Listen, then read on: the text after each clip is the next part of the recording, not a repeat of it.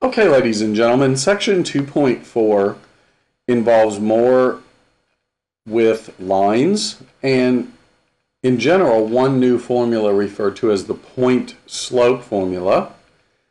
But before we start that, the page that you're looking at right here, does the ordered pair -3, 14 lie on the line y equals -3x plus 5? And the reason the answer is yes. What I do to test that out is it's simply a matter of plug in. I replaced x with -3, I replaced y with 14 from the ordered pair, and the left side matched the right side, so the answer is yes. That means the ordered pair -3, 14 is a solution of that equation, but more importantly, from a geometric standpoint, if a point is a solution to an equation, it means that that point lies on the line. Now, one last comment here.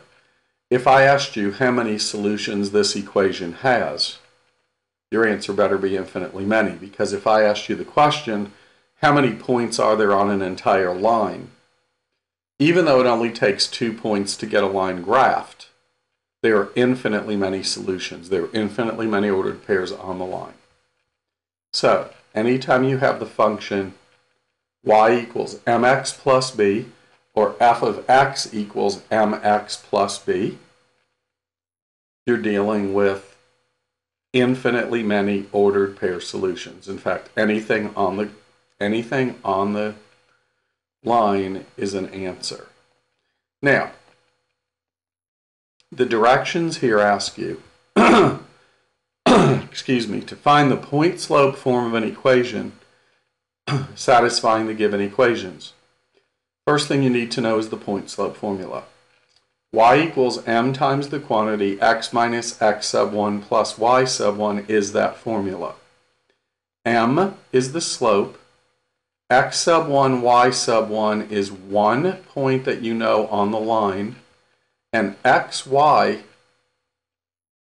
represents all the points on the line, so you don't replace those.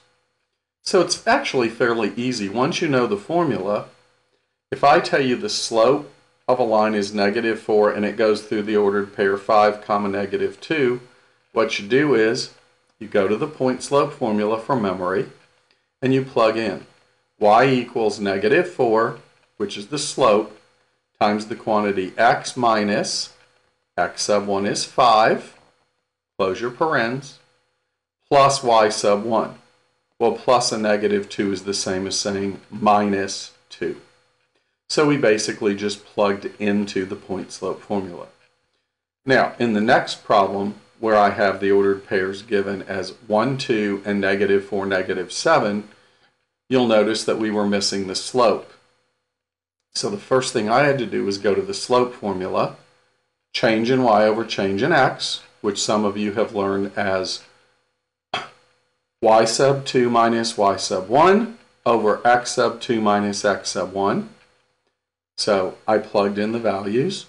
It doesn't matter whether you start with the first point or the second point as long as you're consistent. So on top I have 2 minus a -7. On the bottom I have 1 minus a -4. Work out the arithmetic and you get 9/5. Now we go to the point slope formula. Y equals, put in the slope, which is m. Now you actually have two ordered pairs you could choose from, either the first one or the second one. So if I chose the first one and I plugged in x sub 1 is 1 and y sub 1 is 2, that would be my answer.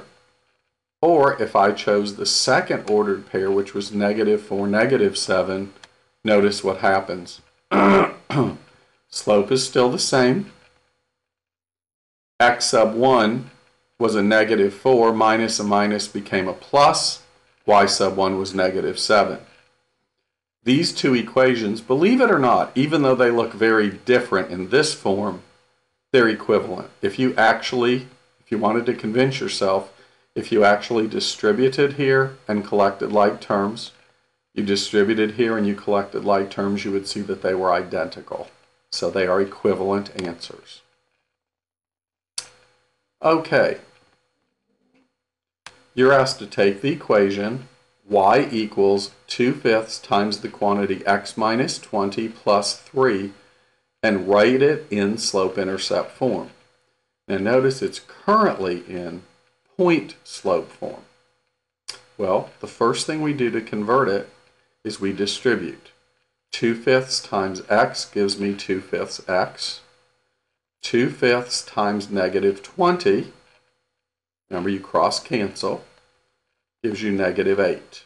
And then of course we have the plus 3 at the end. Negative 8 plus 3 becomes negative 5.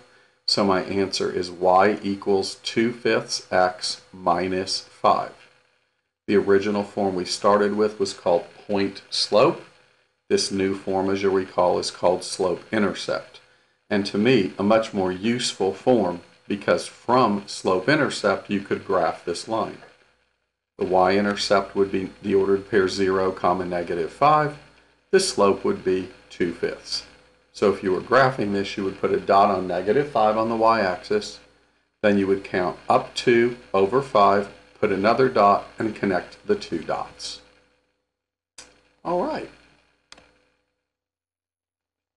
Okay, and I'm going to pick these up in the next video. So I'm going to stop for now and make a part 2. Thank you.